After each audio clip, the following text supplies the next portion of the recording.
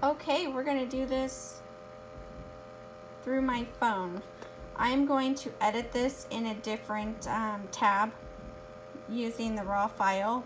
I will probably come back to this just to reference what I've done on here, just so that you can see from start to finish.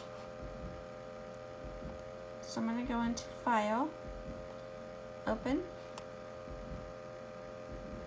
and I'm actually going to type in, there we go.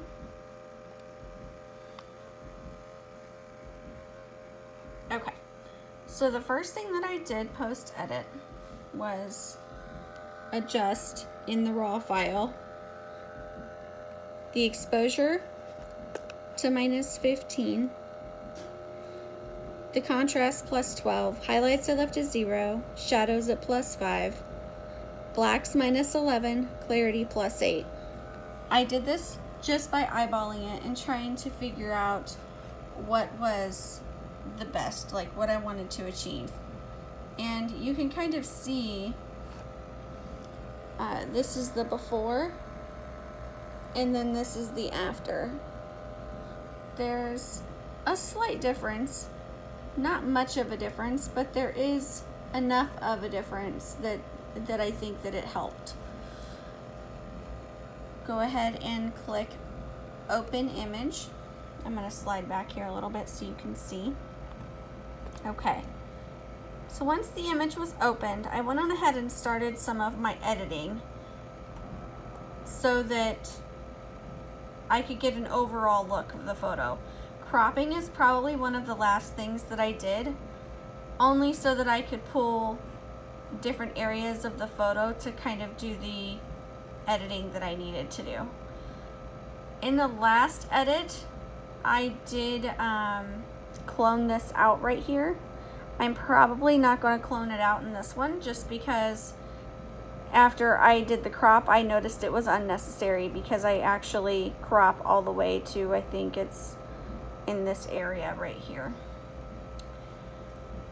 So the first thing that I'm going to do is make a copy of my background layer. So I'm going to drag it down to this paper, and that's going to create your background copy. Then I went to this little half moon right here, this one, clicked it, and I go to brightness and contrast. When I do this, I'm looking at the overall, sorry, I moved that. I'm looking at the overall image. So what I'm really wanting to focus on is this bright portion of the photo, because this is where my eye is drawn to, because it's the brightest spot in the photo. You can't really tell as much on my phone because its lighting is much different than my actual computer and the way it looks on my computer. But what I did was I dragged the brightness down until it looked okay, and I had it at, I'm going to type it in. I had it at -41. And you can see how that affected the whole photo. But the only part that I want the brightness reduced in is actually right here where it's the brightest at. I don't want to adjust this over here because it's already dark enough as it is. So with this layer, this mask selected, hit, I believe you're a Mac, but it's Command-I, and that's going to inverse this mask and make it black. Then I go over and select the paintbrush, and I want to make sure that my paintbrush color is on white. You can toggle that by hitting X.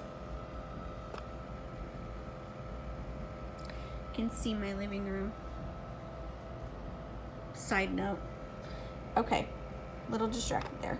Okay, so I took the paintbrush and I want to make it big enough that it's worthwhile for me. And I literally just painted over where it was bright. Okay. Then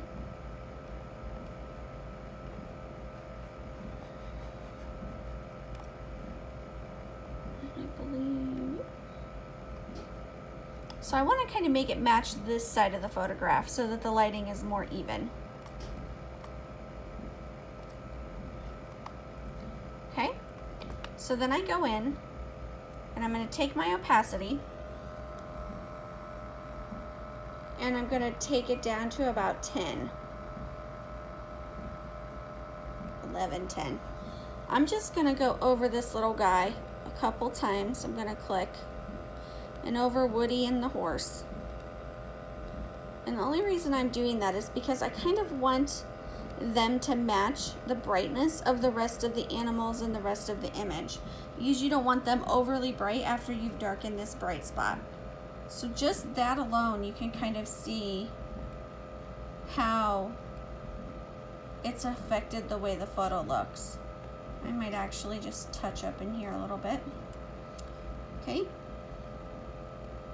So now you can see just what a difference that little bit made. The next thing, and I'm going to slip back to here so I can see.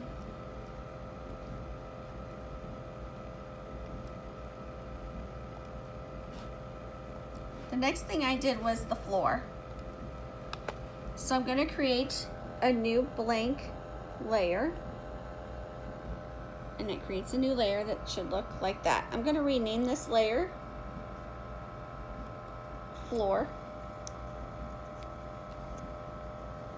Oops. I made it full screen there somehow. Just so I know what I'm doing.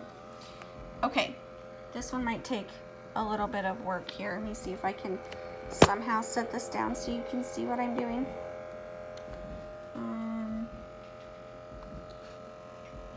I need to select my clone stamp. Selecting my clone stamp. And then what I'm going to do is start with the doors. So I want to start here, because this is what's important, is making sure that this and around his little leg is cloned very well. So I'm going to sit this down for a second. Maybe you'll be able to see what I'm doing. I'm not sure. I am going to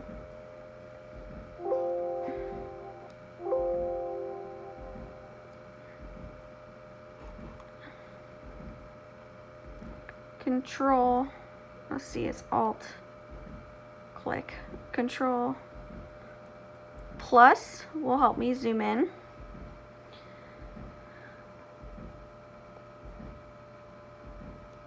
Okay. So I did Control plus, and I selected right here around this little leg thing. I'm not sure. I don't know if it's a leg. I think it's a leaf, actually. And I actually think I want to clone that out, because that became a problem earlier when I was cloning.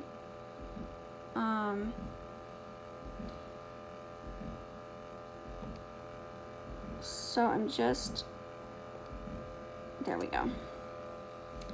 Okay. So now I'm going to reselect the area that I need by hitting Control. I'm sorry, no, it's Alt. Bear with me. Alt, and then clicking